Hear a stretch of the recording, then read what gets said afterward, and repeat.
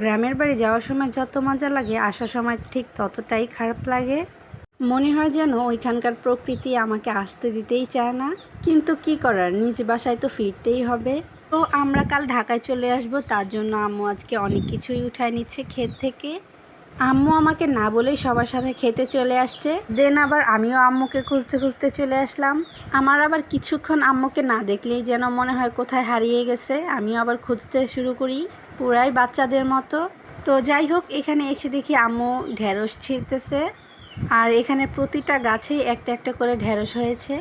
আমার তো এগুলো দেখে বেশ ভালোই লাগছিল, কারণ হচ্ছে এখানে সব টাটকা টাটকা শাকসবজি, কোনো কিছুর মধ্যে কোনো ভেজাল নেই। দেশ গ্রামের তো এটাই মজা, নিজ হাতে টাটকা টাটকা শাকসবজি ছিঁড়ে নিয়ে রান্না করা। আমার তো এগুলো দেখতেও বেশ ভালো লাগে। এখানে কত কত শাকসবজি হয়ে আছে যেটা গ্রামের মানুষ খেয়েও শেষ করতে পারে না, একটু খেতে না খেতেই ওইখানে আবার হয়ে যায়। এখানে কত সুন্দর সুন্দর বেগুন হয়ে আছে, দেখতেই কত সুন্দর লাগতেছে। এখানে আম্মু অনেকগুলো কলমির শাক নিয়ে নিয়েছে, কারণ আমাদের ঘরে কলমির শাকটা অনেক পছন্দ করে, আর আমার তো এই শাকটা ফেভারেট। আর এখানে কত কত ধান হয়ে আছে, চারদিকে শুধু ধান আর ধান। তারপর হচ্ছে আমরা এখানে চলে যাচ্ছি ডাঁটা শাক তুলতে। এখানে অনেক বড় বড় ডাঁটা শাক হয়েছে, দেখে তো লোভই সামলে না। আমাদের ঢাকায় এগুলোর শাক খুঁজেও পাওয়া যায় না, আর এখানে কত সুন্দর হয়ে আছে মাশাআল্লাহ। আর ডাঁটাগুলোও অনেক মোটা মোটা হয়েছে, এগুলো তো মাংস দিয়ে খেতে বেশ ভালো লাগে। গ্রামের পরিবেশটা আমার কাছে অনেক ভালো লাগে, চারিদিকে শুধু সবুজ আর সবুজ। গ্রামে থাকাটা যেমন সুখের তেমন অশান্তিও। এখানে আমার আম্মু আর আমার মামি চলে গেছে ডাঁটা শাক তুলতে, আর এই তো আমার মামি কতগুলো শাক তুলে নিছে। দূর থেকে দেখা যাচ্ছে ডাঁটাগুলো কত মোটা হয়েছে, আর শাকটাও কত সুন্দর দেখাচ্ছে। একদিকে আমার মামি অনেকগুলো ডাঁটা শাক তুলে নিছে, আর অন্যদিকে আমার আম্মু লাউয়ের শাক তুলে নিছে। এই লাউয়ের শাকটা তো আমার আম্মুর অনেক ফেভারেট। দেশ গ্রামের শাকসবজিতে যেন আলাদাই একটা স্বাদ আছে, যেটাই রান্না করা হোক আর যেভাবেই রান্না করা হোক সেটাই মজা লাগে।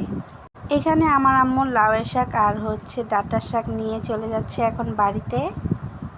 যেতে যেতে এখানে আমার একজন বোনের ছেলে বলতেছে, দাঁড়াও একটু পুঁই শাক আছে, এটা তোমাদের তুলে দেই। গ্রামের ছোট ছোট ছেলেরাও ছোট থেকে অনেক কর্মঠ হয়ে ওঠে, আর ওদের মাথায় যেন আলাদাই একটা বুদ্ধি কাজ করে। এই পুঁই শাকটা তুলতে ওর অনেকটাই কষ্ট হচ্ছিল, তবুও কিভাবে টেকনিক মাথা খাটিয়ে শাকটা তুললো। আমি তো শুধু অবাক হয়েই তাকিয়েছিলাম। এগুলো উঠানো দেখে আমারও মন চায় আমিও একটু উঠাই, কিন্তু আবার ভয়ও লাগে। আর আমার এগুলো করে অভ্যাসও নেই, তার জন্য আমি বেশি আগ্রহ দেখিয়ে যাই না। তারপর আমরা সবাই বাড়িতে চলে আসলাম, আর এখন এগুলো আম্মু সব এক এক করে গুছিয়ে নিচ্ছে। আম্মু এখানে অনেকগুলো বেগুন নিয়ে নিয়েছে, আর আমাদের ঘরে বেগুনের তরকারিটা একটু বেশি চলে, অনেক পদেরই তরকারি হয় বেগুন দিয়ে। আর বেগুন সবজিটা আমার কাছে অনেক ভালো লাগে। মাঝে মাঝে আমাদের ঘরে আমার পছন্দ মতো তরকারি না থাকলে আমি বেগুন দিয়ে যে কোনো একটা তরকারি রান্না করে খাই। এখানে আম্মু অনেক কিছুই নিয়ে নিয়েছে, যেমন বেগুন, ঢেঁড়স, পুঁই শাক, কলমির শাক, লাউয়ের শাক, ডাঁটা শাক। আমার মামার আলহামদুলিল্লাহ অনেক কিছুই আছে। এখানে আমার আম্মু একা একা সব কিছু গুছাচ্ছিল, তারপর এখানে আবার আমার বোনের ছেলেটাও এসে একটু সাহায্য করে দিল। গ্রাম থেকে চলে আসলে সবাইকে অনেক বেশি মিস করব। সবাই মিলে কত আনন্দ মজা করেছি, সব কিছুই মনে পড়বে। তো যাই হোক, কিছু তো আর করার নেই, বেড়াতে যেহেতু গিয়েছি চলে তো আসতেই হবে। তো ভিডিওটা এই পর্যন্তই ছিল, দেখা হচ্ছে নেক্সট কোনো ভিডিওতে। সবাই ভালো থাকবেন, সুস্থ থাকবেন, আল্লাহ হাফেজ।